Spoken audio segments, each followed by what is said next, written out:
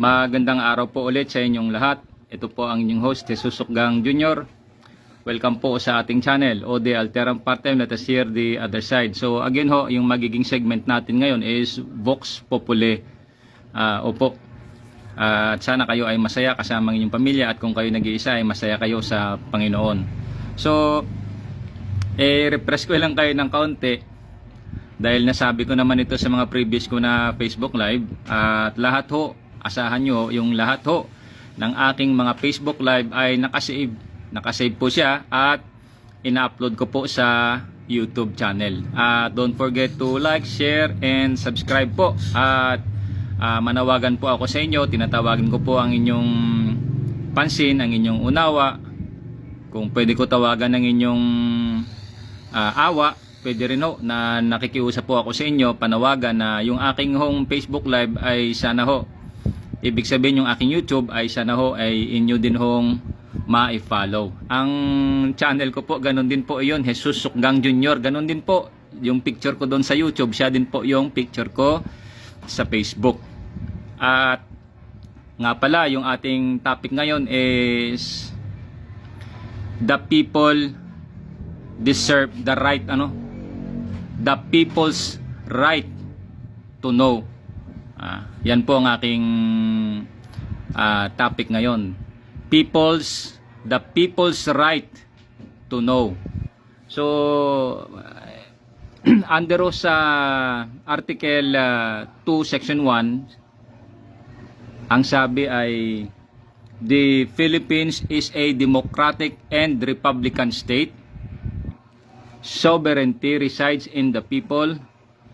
All government and all government authority emanates from them. So ganun ho, naka-charge kasi itong aking aking isang cellphone dahil nalobat. Ganun ho siya.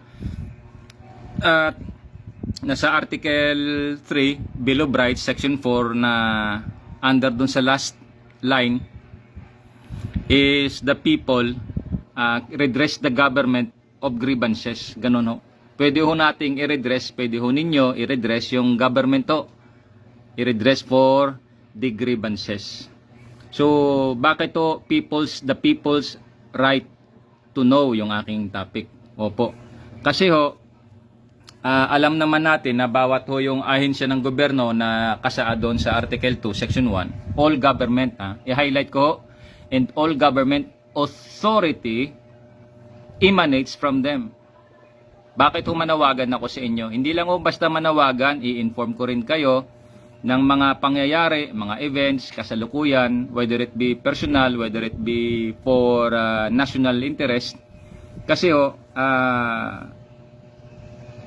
yung sahod ng mga ganyang opisyal, lalo dyan sa Philippine Coast Guard, at particular po yung isang opisyal na honorable discharge sa amin, ay sumasahod iyan sa gobyerno. Ang laki ho ng sahod niyan, lalo na ho sa mga bonus. Ganun ho, ang lalaki ho niyan. Iba pa ho mga allowance. Marami ho silang mga provision, ibig sabihin mga privileges diyan.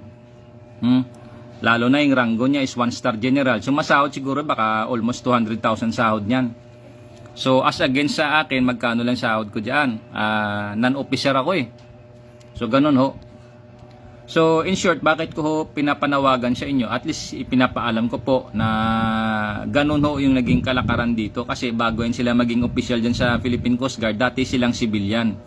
They comply the requirements para ho mag-official sa Coast Guard. Tapos na-process sila, tapos nag-training, and then meron na silang tinatawag na CAD or Call to Active Duty. However, iwan ko lang kung tama din yung impormasyon dati. Kasi sa AFP, ang pumipirma ng Call to Active Duty nila is the President. Sa pagkakaalam ko lang. Sa amin naman sa Coast Guard, ang pumipirma ng Call to Active Duty is dati is OTR o SOTC, Secretary of Department of Transportation and Communication. So ngayon, naging DOTR na lang, Transportation in particular. Nakapattern naman yan sa US kasi yung Coast Guard nila under ng Department of Transportation din sa Amerika. So ganun ho. So pinapaalam ko lang sa inyo kasi under sa preamble natin, to build a just and humane society, we the sovereign Filipino people, imploring. Ano ba ibig sabihin ng sovereign? Ang sinasabi doon ng sovereign, ang under sa definition ng Google at sa etymolohiya is ruler, chief, ruler. Yan o siya, the sovereignty. Kasi ang under sa article 2, balikan ko ng kaunti, is a democratic and republican state. From the root word ho na re is the Latin and poblos or public. Re is from and of or by. Kaya nga sabi ni Abraham Lincoln, of the people, by the people, for the people. So ganun yung republic eh. Ang ibig sabihin ng etymolohiya ng republic. At ang soberanya resides in the people, ruler. The people rule, kaya nga sabi sa constitution natin, the highest authority ho sa constitution natin, mas mataas ho yan sa military. The chief ruler ho ng kapangyarihan dito sa Pilipinas under ho sa tatlong branches na yan at sa constitution is the civilian rule. Civilian is the highest authority. So, bakit ko ho pinapanawagan sa inyo? At siyempre ako ho, supporter din ako ni Mayor Duterte. Bagaman hindi ako nakaboto 2016. Ang masabi ko lang, pasalamat ako sa iyo, Mayor. Kapit lang ho tayo, Mayor. At mapait talaga ang pangyayari ngayon. At ramdam ko rin ho. Ramdam, kumakapit din ako sa tiwala ko sa Diyos din eh. So, ganun lang. So, salamat talaga, Mayor, at nakikiisa ako at talagang sa hirap na dinadanas ninyo ngayon ng inyong pamilya at ng ating maulap na kabanata ng buong Pilipinas under sa isang namamahala talagang malupit. Pero ang aking pag-asa sa Diyos at siyempre tinatawagan ko lagi, again, uulit-ulitin ko, ang